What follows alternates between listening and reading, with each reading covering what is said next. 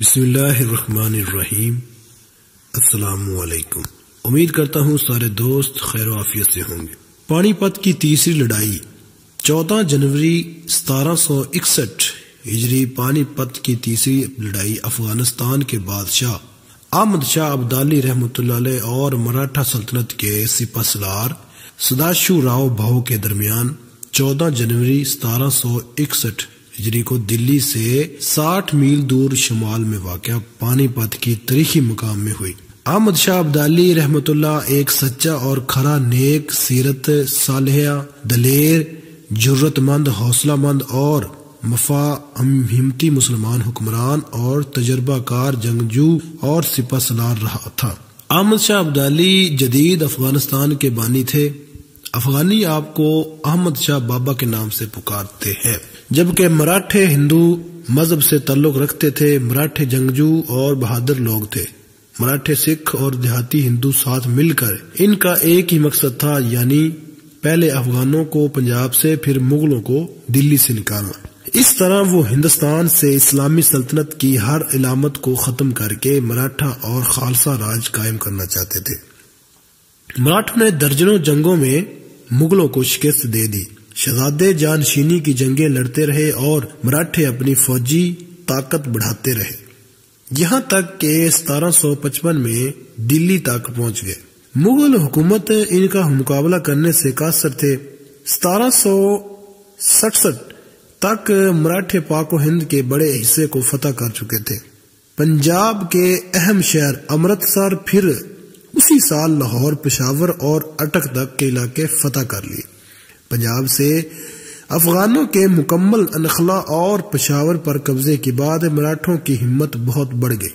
مراٹھوں کے سربراہ بالاجی پیشوا نے اپنے مرکز پونا میں تمام مراٹھے سردار جمع کر کے اپنے یعنی مراٹھے اقتدار کو عروج تک لے جانے، زوال پذیر مغل سلطنت سے جلد از جلد نجات حاصل کرنے اور احمد شاہ ابدالی کا زور توڑنے کے حوالے سے ایک بہت بڑا مشاورتی اجلاس طلب کیا۔ اجلاس کے دوران سپہ سالار بھاؤ نے پرجوش لہجے میں کہا، محمود غزنوی کے حملوں سے ہمارے دلوں پر جو زخم لگے وہ صدیاں گزر جانے کے باوجود اب تک مٹے نہیں۔ ہم سومناتھ کی مورتی کی بے عزتی نہیں بھولے۔ آج ہمارے پاس اتنی قوت ہے کہ ہم مسلمانوں سے بدلہ لے سکیں۔ سومناتھ کی مورتی ہم شاہ جہاں کی تعمیر کردہ جامع مسجد دلی کے ممبر پر نصب کریں گے اور افغانستان میں گھس کر محمود غزنوی کا مقبرہ مسمار کر دیں گے۔ بالاجی پیشوا نے اس کے جذبات کو سہراتے ہوئے کہا، میرا ارادہ تو اس سے بھی بڑھ کر ہے۔ میں ہندوستان کو مسلمانوں سے صاف کر دینے کے بعد ایسا انتظام کر دینا چاہتا ہوں کہ آئندہ کوئی مسلمان ہمارے ملک پر حملے کا تصور بھی نہ کر سکے۔ مشاورت میں یہ فیصلہ کیا گیا کہ پہلے دلی پر حملہ کر کے مغل بادشاہ کی جگہ بالاجی پیشوا کے بیٹے بسواس راؤ کو تخت نشین کرایا جائے اور پھر فوج کی کمان بھاؤ کے ہاتھ میں دے کر وہ پنجاب کو روندتے ہوئے افغانستان میں داخل ہو جائے۔ اس تاریخی مشاورت کے فیصلے نے ہندوؤں میں جوش اور امنگوں کی ایک لہر دوڑا دی اور ہر طرف سے مراٹھے سردار اپنی اپنی فوج لے کر پونا جمع ہونے لگے۔ ہندوؤں کو یقین تھا کہ عنقریب پوری دنیا کے مالک وہی ہوں گے، ہر طرف ان کے بتوں کی خدائی تسلیم کی جائے گی اور مسلمانوں کا نام و نشان تک باقی نہیں رہے گا۔ ہر نوجوان فوج میں بھرتی کے لیے بے چین تھا تاکہ کابل اور کندہار کے لوٹ مار میں اسے بھی حصہ مل سکے۔ ان دنوں دلی کے عظیم مقدس حضرت شاہ ولی اللہ رحمۃ اللہ، جنہوں نے بر صغیر میں حدیث کی اشاعت میں سب سے بنیادی کردار ادا کیا تھا، مراٹھوں کے طوفان سے بڑا اندیشہ محسوس کر رہے تھے اور چاہتے تھے کہ احمد شاہ ابدالی ایک بار پھر ہندوستان آ کر یہاں کے مسلمانوں کا نجات دہندہ ثابت ہوں۔ ہندوستان کی سیاست کا اہم رکن نواب نجیب الدولہ بھی ان کا ہم فکر تھا۔ یہ احمد شاہ ابدالی رحمۃ اللہ کے بڑے عقیدت مند تھے۔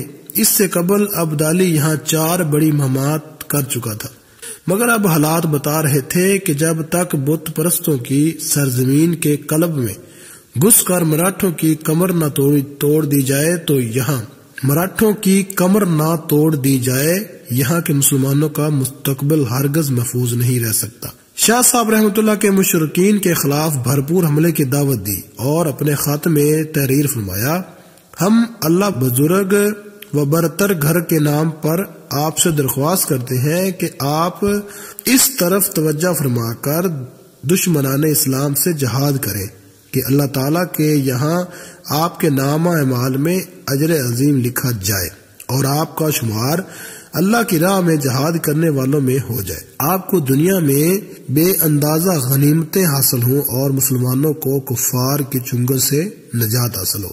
احمد شاہ ابدالی کو مراٹھوں کے اس سیلاب کا علم ہو چکا تھا جو پونا سے پنجاب کی طرف امڑ رہا تھا۔ اب تک اسے اتنے بڑے لشکر سے مقابلے کا کوئی تجربہ نہیں ہوا تھا، اس لیے اپنے وطن سے سینکڑوں میل دور کمک کے بغیر ایک بہت بڑی اور غیر یقینی جنگ لڑنے کا تصور اس کے لیے پریشان کن تھا۔ حضرت شاہ ولی اللہ نے احمد شاہ ابدالی کا حوصلہ بڑھاتے ہوئے اسے تحریر فرمایا، مراٹھوں کو شکست دینا آسان کام ہے، شرط یہ ہے کہ مجاہدین اسلام کمر کس لیں۔ در حقیقت مراٹھے تعداد میں زیادہ نہیں مگر دوسرے بہت سے گروہ ان کے ساتھ شامل ہو چکے ہیں۔ مراٹھا قوم طاقتور نہیں ہے، ان کی توجہ بس اپنی افواج جمع کرنے پر ہے جو تعداد میں چونٹیوں ٹیڑیوں سے بھی زیادہ ہو۔ جہاں تک شجاعت اور عسکری ساز و سامان کا تعلق ہے وہ ان کے پاس زیادہ نہیں ہے۔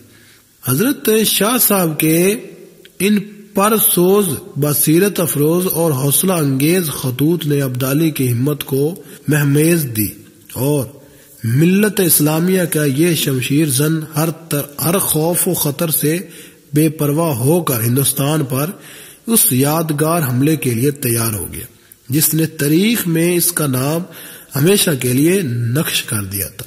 احمد شاہ ابدالی ستمبر 1759 میں کندہار سے 15,000 سواروں کے ساتھ مراٹھوں اور سکھوں کے فتنے کو طے کرنے کی مہم پر ہندوستان روانہ ہوئے۔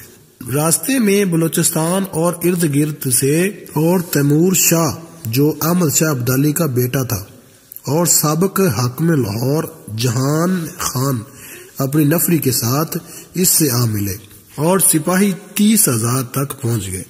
پنجاب کے نئے مراٹھا حاکم نے افغان لشکر کی آمد کا سن کر لاہور خالی کر دیا اور اپنے جتھے سمیت سہارنپور میں سندھیا کے کیمپ میں پناہ لی۔ احمد شاہ کا لشکر پنجاب میں داخل ہوا تو سکھ اپنے گھروں میں دبک گئے۔ احمد شاہ مراٹھوں سے فیصلہ کن جنگ میں تاخیر نہیں کرنا چاہتا تھا مگر اس سے پہلے اسے دلی پہنچ کر مسلمانوں کی تہذیب و ثقافت کے اس قدیم مرکز کو مراٹھوں کی لوٹ مار سے بچانا تھا۔ وہ شاہ عالمگیر ثانی کے اقتدار کو بھی مضبوط کرنا چاہتا تھا مگر راستے میں اسے اطلاع ملی کہ دلی کی سیاست میں اکھاڑ بچھاڑ شروع ہو چکی ہے اور مغل بادشاہ غازی دین کے سازش کا شکار ہو کر مارا گیا ہے۔ یہ صورتحال ابدالی کے لیے غیر متوقع بھی تھی۔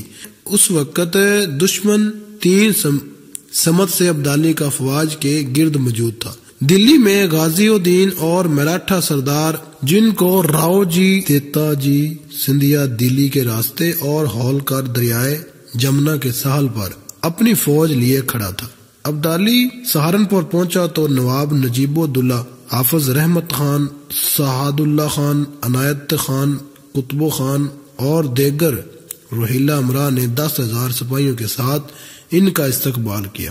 یہ 40,000 کا لشکر دلی کی طرف روانہ ہو گیا۔ جنوری 1767 کو دیتا جی سندھیا 20,000 لشکر کے ساتھ ابدالی فوج کے مقابلے پر نکل آئے۔ ایک خون ریز معرکے کے بعد مسلمان فتح یاب ہوئے اور دیتا جی گھوڑے سے گر کر مارا گیا۔ اس شاندار فتح کے بعد احمد شاہ دلی سے 5 میل دور حضرت خواجہ نظام الدین اولیاء رحمۃ اللہ کے مزار پر حاضری دی۔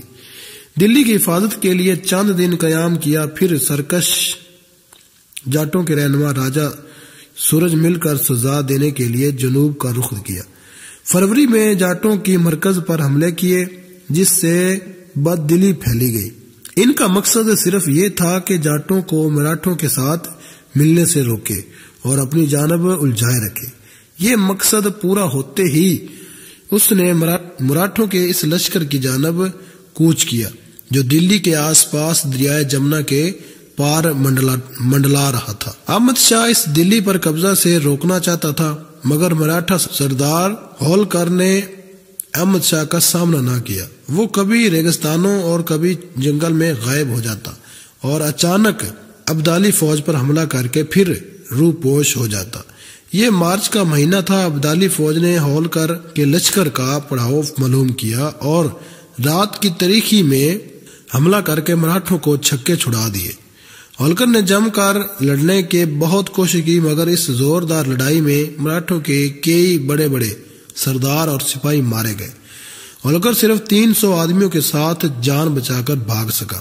دلی پر قبضے کا خیال ترک کر کے اب وہ آگرہ کی طرف دوڑ رہا تھا۔ دلی کے گرد نواح کو مراٹھوں سے پاک کر کے احمد شاہ ابدالی مغلوں کے اس پایا تخت میں داخل ہوا۔